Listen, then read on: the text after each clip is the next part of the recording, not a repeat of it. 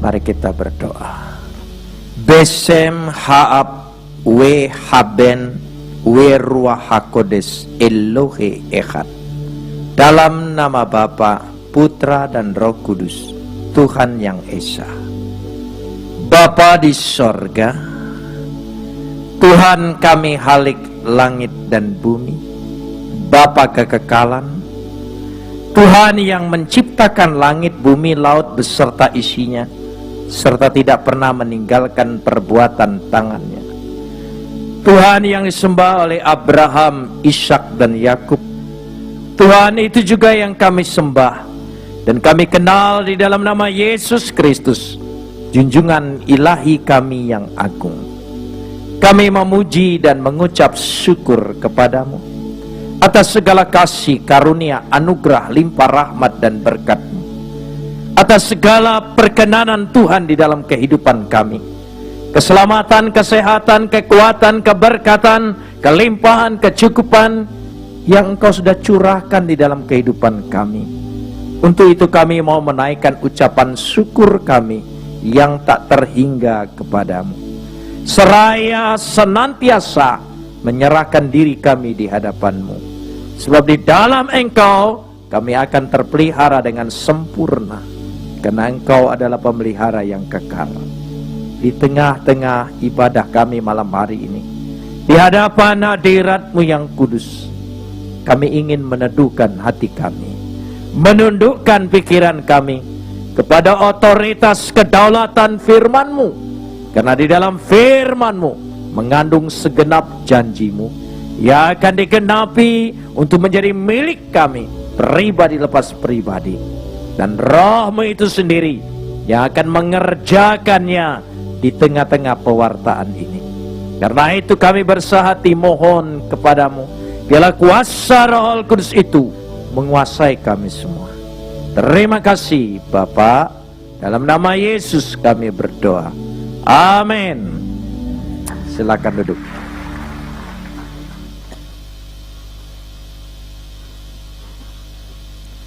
Salam.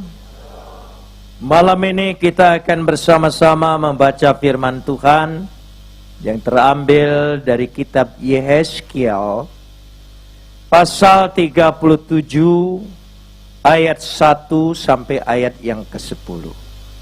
Yehezkiel pasal 37 ayat 1 sampai ayat 10. Kita akan membacanya saling sahut bersahutan. Saya akan awali ayat yang pertama, lalu jemaat menjawab ayat kedua, dan seterusnya saling ganti bergantian sampai tiba pada ayat yang ke-10. Lalu kekuasaan Tuhan meliputi aku, dan Ia membawa aku keluar dengan perantaraan Roh-Nya, dan menempatkan aku di tengah-tengah lembah, dan lembah ini penuh dengan tulang-tulang. Ayat 2.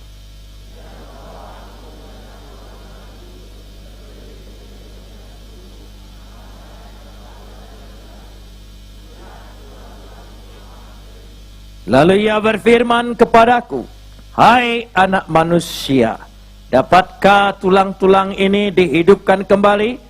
Aku menjawab, ya Adonai Tuhanku, Engkaulah yang mengetahui.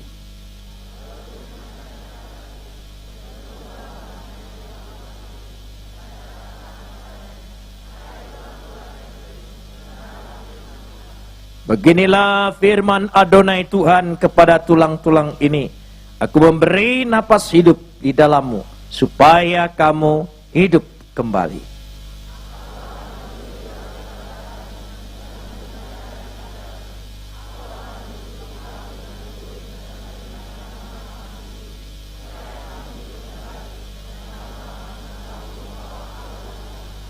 Lalu aku bernubuat seperti diperintahkan kepadaku, dan segera sesudah aku bernubuat, kedengaranlah suara, sungguh suatu suara berderak-derak, dan tulang-tulang itu bertemu satu sama lain.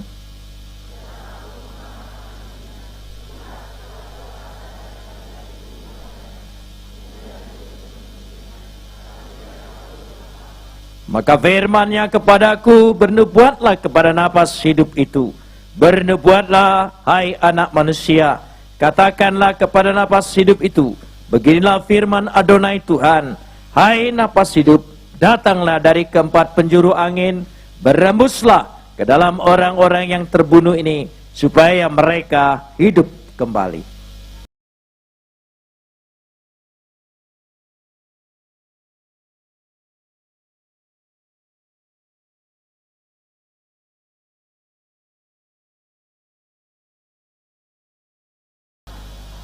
Kapot leha Adonai Elohenu kapot. Segala kemuliaan ya Adonai Tuhanku, kemuliaan bagimu.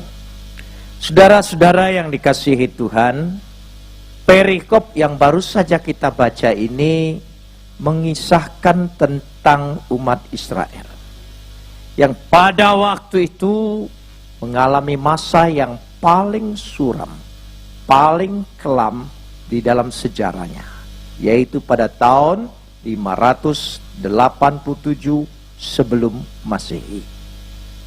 Kota Yerusalem dihancurkan.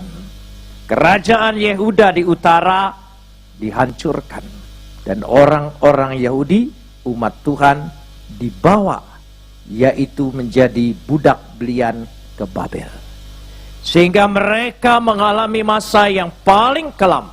Dan tidak ada jalan keluar, tidak ada kelepasan, dan mereka dikuasai oleh keputusasaan. Dan inilah yang digambarkan dalam perikop ini dengan bahasa yang sangat indah. Dan Yehezkel sebagai bagian daripada umat yang sedang mengalami masa derita yang begitu luar biasa, dia tidak dapat melepaskan diri.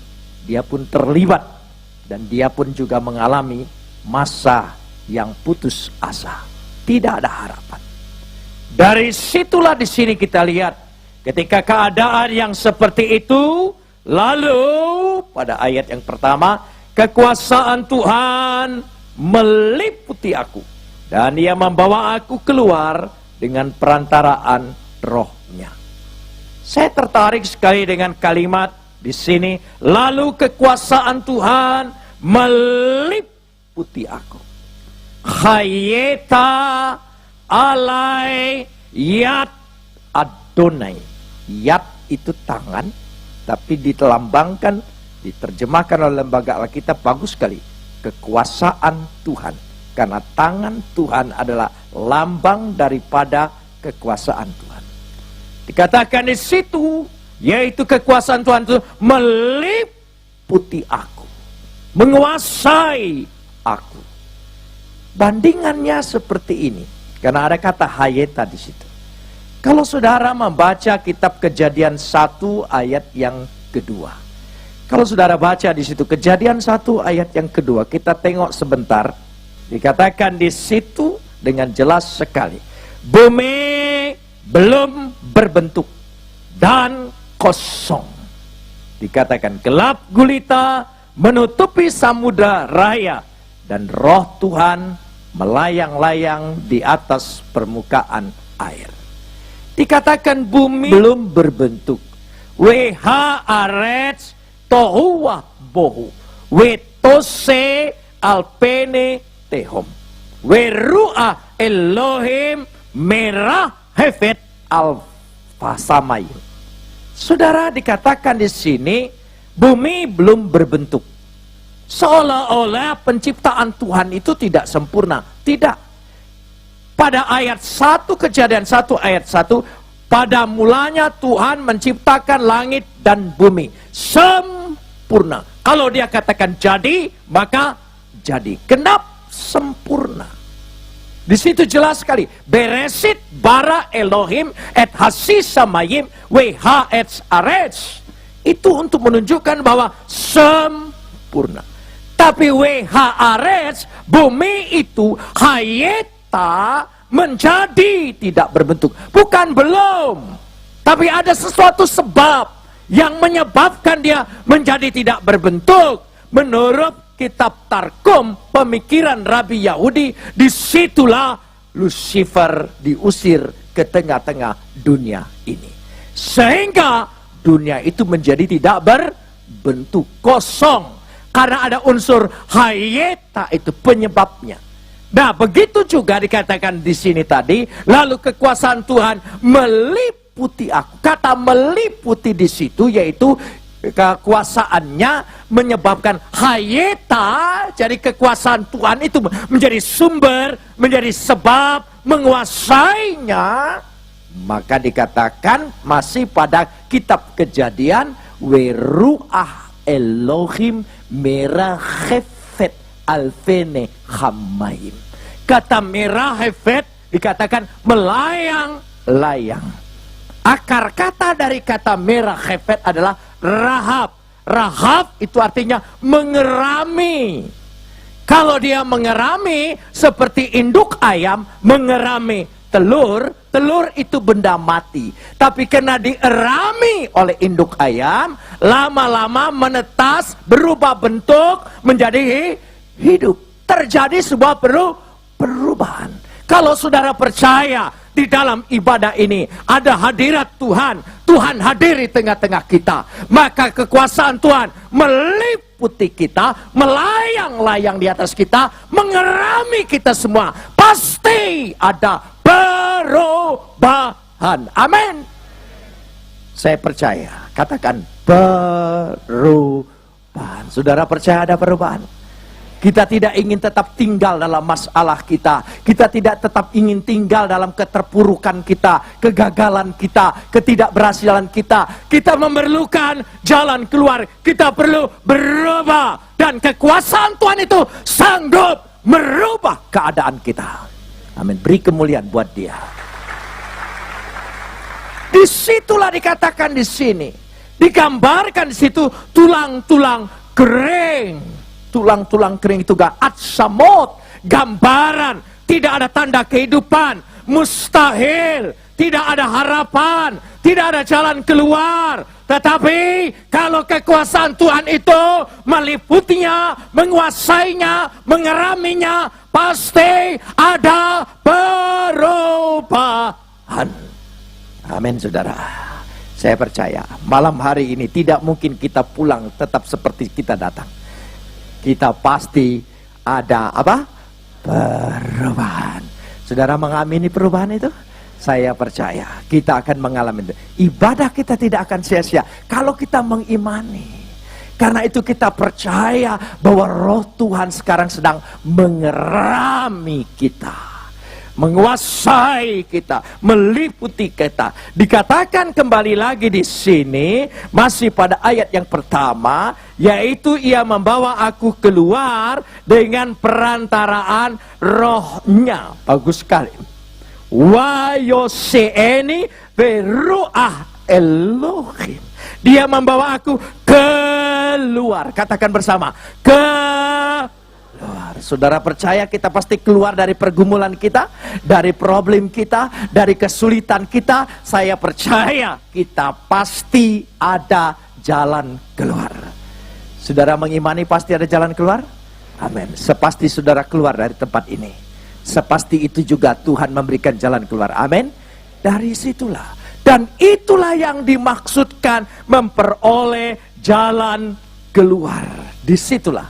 Kita lanjutkan sekarang ini bagaimana? Yaitu dikatakan di situ, Ia membawa aku melihat tulang-tulang berkeliling-keliling, dan sungguh amat banyak bertaburan di lembah itu. Lihat, tulang-tulang itu amat kering. Bagus sekali. Wayeni kheni betoha bikahwehi melea atsamot. Atsamot itu tulang-tulang yang sangat kering, berserakan ke sana kemari, dan di lembah yang begitu banyak, sehingga ketika ingin mengidentifikasi saja, ini tengkorak siapa, ini tangan siapa, ini kaki siapa, sudah tidak mungkin lagi. Karena memerlukan waktu yang banyak. Tetapi dikatakan di situ, saudara, meskipun tidak ada harapan, mustahil sama sekali. Apa rahasianya? Apa kekuatannya? Kalau Roh Tuhan itu hadir, dan apa yang harus kita lakukan? Sama halnya kalau kita lihat di sini, hidup kita juga banyak mengalami masalah. Pasti kita mengalami masalah, persoalan, pergumulan, penderitaan. Semua masalah. Hidup ini penuh dengan masalah. Kalau saudara tidak mau punya masalah, jangan hidup. Itu pasti tidak ada masalah, saudara. Tapi kalau hidup, itu berarti akrab dengan masalah.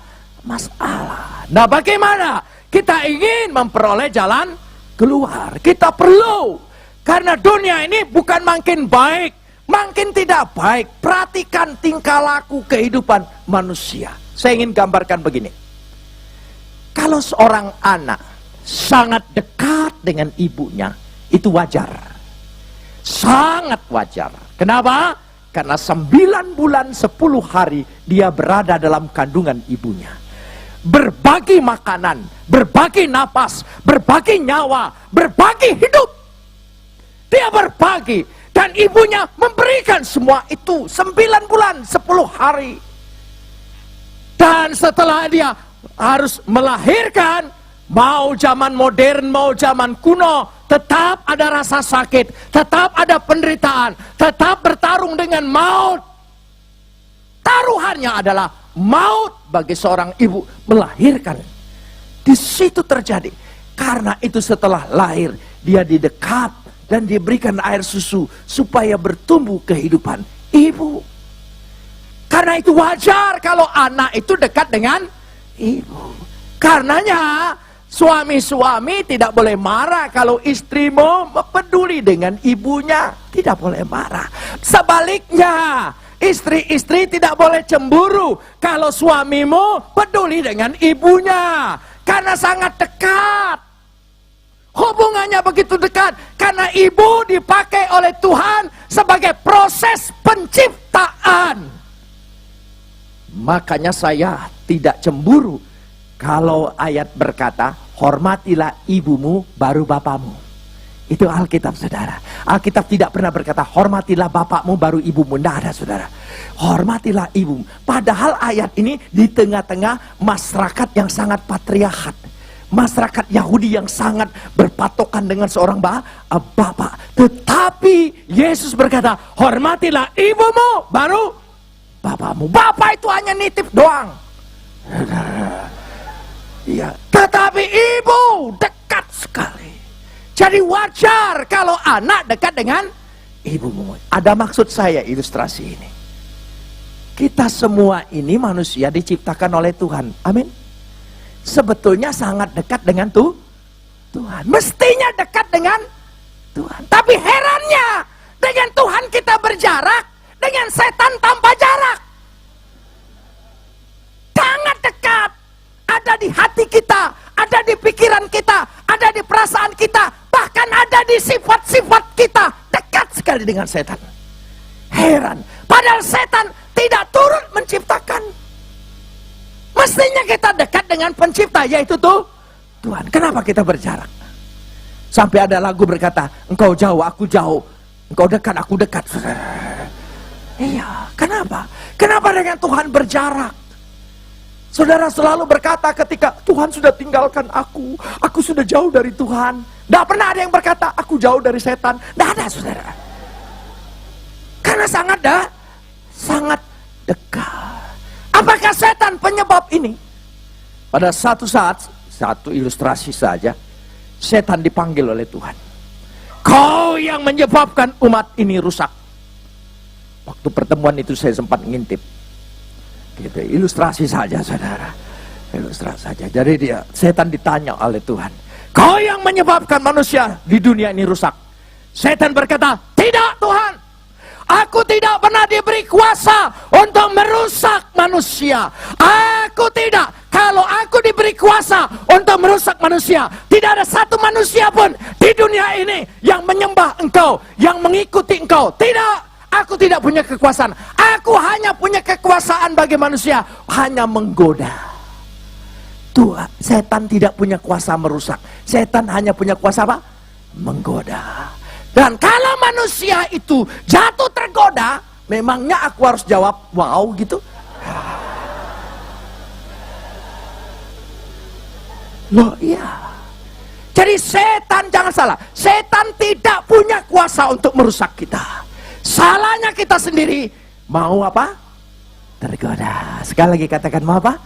Tergoda. Heran ya, hanya punya kekuasaan tergoda begitu besar, nyatanya merusak kehidupan manusia. Jadi malam hari ini, mana yang kita mau lebih dekat? Dengan setan, dengan Tuhan? Saudara diciptakan Tuhan. Amin. Jadi kalau saudara dekat dengan setan, itu berarti saudara mengakui penciptanya siapa? Nah, itu saja. Nah, dari situ. Nah, untuk itulah, dari sinilah manusia digambarkan di situ. Pada ayat yang ketiga. Lalu ia berfirman kepadaku, hai anak manusia, dapatkah tulang-tulang ini dihidupkan kembali? Aku menjawab, ya Adonai Tuhan, engkaulah yang mengetahuinya. Bagus sekali. Saya ingin bahas di sini. Ketika manusia itu ditanya, kenapa Yehezkel ditanya, disapa hai anak manusia? Karena untuk menunjukkan bahwa manusia itu tidak mampu, manusia itu tidak berdaya, manusia itu tidak punya kekuatan apa-apa, tidak ada sama sekali, penuh dengan segala kelemahan. Ben Adam, Khatiyena, Hasamot, Ha'ale. Apakah tulang-tulang kering ini dapat dihidupkan kembali? Sebetulnya pertanyaan ini sangat menggelikan sekali, karena pasti Tuhan tahu manusia itu tidak punya kemampuan. Tapi ditanya seperti itu untuk menyadarkan dirimu. Jadi ketika engkau dihadapkan dengan masalah, dengan persoalan, tidak menemukan jalan keluar, di situ Tuhan sedang untuk menunjukkan kepadamu, engkau butuh aku. Engkau tidak bisa hidup sendiri. Engkau tidak mampu. Engkau tidak bisa jalan keluar. Engkau perlu aku. Semua yang hadir di sini perlu Yesus. Amin. Kita perlu Yesus. Angkat tangan kita yang perlukan Yesus. Dalam nama Yesus kita perlu, semua kita perlu Yesus. Itu penting sekali. Hai anak manusia. Yehezkel menjawab dengan bijaksana sekali. Adonai Yahweh ata yada eda. Ketika dia berkata, Tuhan yada, yada itu mengetahui, maha mengetahui. Bukan sekadar maha tahu, tapi maha kuasa, maha bijaksana, maha segala-galanya. Itu ada pada kata yada. Yada. Engkau tahu, saudara tahu jalan keluar ketika engkau menghadapi pergumulan. Saudara tahu, kalau saudara tahu ada jalan keluar, itu bukan masalah namanya, saudara. Karena saudara tidak tahu, mari kita tanya kepada yang tahu. Amin. Saudara percaya Tuhan maha tahu? Kita ingin tanya dia, dan dia maha tahu. Dia pasti beroleh jalan keluar, dia pasti beroleh kekuatan. Dari situlah dikatakan ayat yang keempat, mari kita lihat. Bahkan saya ingin mengajak kita baca bersama-sama. Mulai kita. Ayat yang keempat. Kita baca bersama. 1, 2, 3. Lalu firman-Nya kepadaku, apa?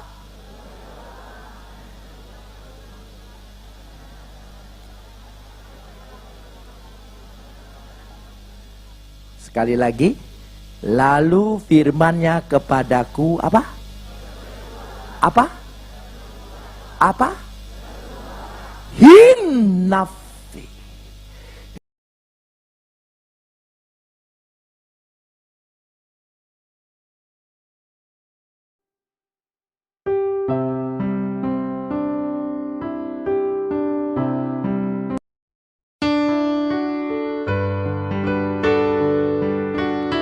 Shalom.